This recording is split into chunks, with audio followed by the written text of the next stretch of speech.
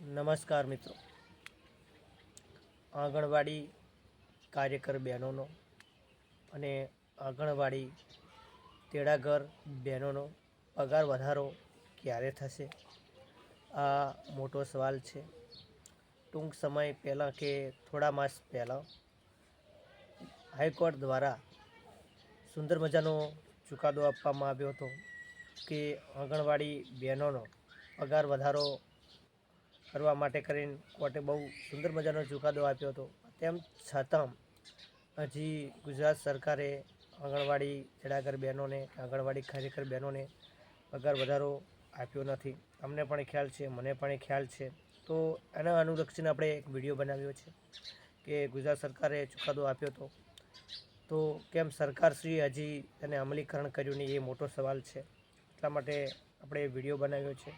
તો દરેક લોકો વિડીયોને નિહાળજો તેવી આશા રાખું છું. તો હવે આપણે જોઈએ કે હવે આંગણવાડી કાર્યકરને માસિક પગાર 24,800 કરવામાં આવ્યો હતો અને ત્યારબાદ તેડાગર બહેનોનો પગાર 20,300 વેતન આપવાની જાહેરાત ગુજરાત હાઈકોર્ટે કરી હતી. તમને પણ ખ્યાલ છે, મને પણ ખ્યાલ છે, પેપરની અંદર પણ આવ્યું હતું અને અમલીકરણ અને ચૂકવણું કરવા માટે પણ તેમણે જાહેરાત કરી હતી. પણ આજ દિન સુધી કોઈ અમલીકરણ કે ચુકાદો કે એમને પગાર વધારો આપવામાં આવ્યો નથી. અને હાઈકોર્ટે એવો પણ ઐતિહાસિક ચુકાદો આપ્યો હતો કે 1 એપ્રિલ 2025થી અમલમાં આવશે અને અગાઉનું જે મહિનાઓનું એરિયસ છે તે પણ ચૂકવવામાં આવશે એવી જાહેરાત કરવામાં આવી હતી. એટલે કે આંગણવાડી પગાર વધારો 2025 આ મહિનામાં પગાર વધારો ચૂકવવામાં આવશે એવું પણ કહેવામાં આવ્યું હતું. આંગણવાડી કાર્યકર 24,800 પગાર કરવામાં આવશે.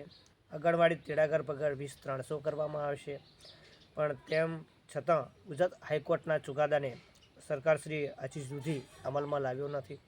એટલા માટે આપણે ગુજરાત સરકારને પણ કહીએ છીએ કે આંગણવાડી બહેનો બહુ મહેનત કરે છે, બહુ સંઘર્ષ કરે છે. તમે જુઓ છો, ઓનલાઈન હોય, ઓફલાઈન હોય, કામગીરી હોય છે, બાળકોને સાચવવાના હોય છે, આંગણવાડીની અંદર રેગ્યુલર જવાનું હોય છે. જ્યારે તમે જુઓ છો કે અગાઉનો પગાર કાર્યકરનો 10,000 હતો, જ્યારે મદદનીશ એટલે કે તેડાગરનો પગાર 5,500 હતો અને જ્યારે એપ્રિલ 2025થી લાગુ થયેલ એટલે કે 2025થી બાકી રકમ પણ ચૂકવવાની સરકારે હાઈકોર્ટે સરકારને જાહેરાત કરી હતી. પણ આજ દિન સુધી હજી સુધી સરકારશ્રીએ પગાર વધારો કર્યો નથી. આશરે 1 લાખથી વધુ આંગણવાડી બહેનોને લાભ આપવા માટે સરકારશ્રીએ કહેલું હતું અંદાજિત, અને તેમ છતાં પણ હજી સુધી જે એરિયસ બેરિયસ બધું ચૂકવવા માટે પણ કહ્યું હતું, વેતનમાં બમણો વધારો કરવા માટે પણ સરકારે કહ્યું હતું, પણ એ પણ હજી ઐતિહાસિક ચુકાદો આવ્યો નથી. તમને અને મને બધાને ખ્યાલ છે. અને હાલ એસઆર લાગુ પડી છે, તેનું પણ કામ કરાવવામાં આવે છે આંગણવાડી બહેનો પાસે, તેડાગર બહેનો પાસે, અને જે આશા વર્કર બહેનો છે એમની પાસે પણ કરાવવામાં આવે છે. તો સરકારશ્રીને હું કહેવા માગું છું કે આંગણવાડી બહેનોનું કામ છે એ ફક્ત ને ફક્ત જે બાળકોને સાચવવાનું હોય છે, એમને આંગણવાડીની અંદર કુપોષિત બાળકોને સાચવવાનું હોય છે.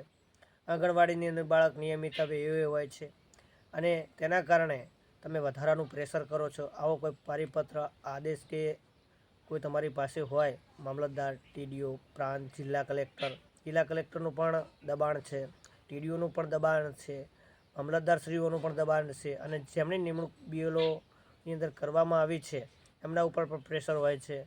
અને જે ચૂંટણી કમિશનર કે ચૂંટણી અધિકારીઓ જેની નિમણૂક તાલુકામાંથી કરવામાં આવી છે, જિલ્લામાંથી કરવામાં આવી છે, એ પણ તેમને દબાવે છે. કામગીરી નહીં કરો તો પગાર કપાશે, કામગીરી નહીં કરો તો નોટિસ આપવામાં આવશે. એટલે શું એસઆર આંગણવાડી બહેનો માટે કરીને તમે લાગુ કરી છે? એસઆર શું સરકારશ્રીએ આંગણવાડી બહેનો માટે લાગુ કરવામાં આવી છે?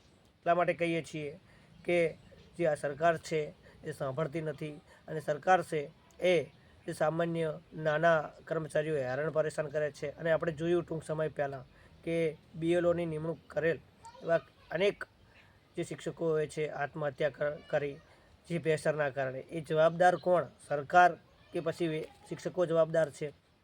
તમે જુઓ છો કે જે સરકારને પગાર વધારો નથી આપી શકતી, માનદ વેતનમાં જ જે કર્મચારીઓ કામ કરે છે અને કાયમી નથી કરી શકતી અને પ્રેશર આપે છે, કામગીરી કરાવે છે, તો આ શું યોગ્ય છે? દરેક લોકો આ વિડીયોની અંદર કોમેન્ટ કરજો, તમારા અભિપ્રાય આપજો તેવી આશા રાખું છું. જય હિન્દ, જય ભારત, જય સંવિધાન.